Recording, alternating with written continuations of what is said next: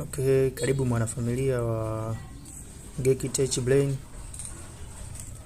Leo tutaenda kujifunza jinsi ya kutengeneza mashine kwa ajili ya kutoroshea. Kitu cha msingi kabisa cha kwanza ambacho unatakiwa kuwa nacho ni hii mashine hii. Kama unavyoiona inaitwa temperature control. Hizi mashine zinapatikana mara nyingi, hizi mashine huwa zinaagizwa. Unaweza kuiagiza. Lakini pia kama unahitaji kuiagiza ikakuletea shida, mimi nitakupa njia za kuiagiza hii mashine mpaka inakufikia hapo ulipo. Rahisi sana, maana yake moja kwa moja kwenye option ya kuagiza na utaagizia mzigo kutoka China moja kwa moja utafikishiwa mpaka sehemu ulipo. Kwa mashine kama hii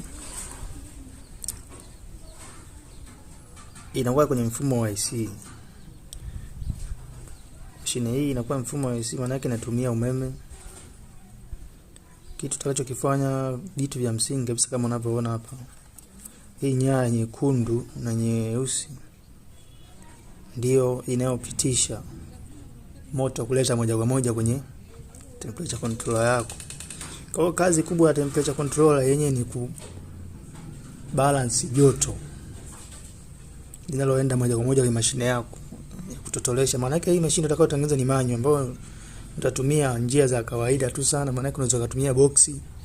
Mashine nzuri ambayo unaweza kufanyia matumizi yako nyumbani mwenyewe. Kwa hiyo itakuwa na balance joto. Hii kama nilivyokuelezea, hii waya mekundu na ni kwa ajili ya kupitisha moto kama unavyoona ndani yake hii.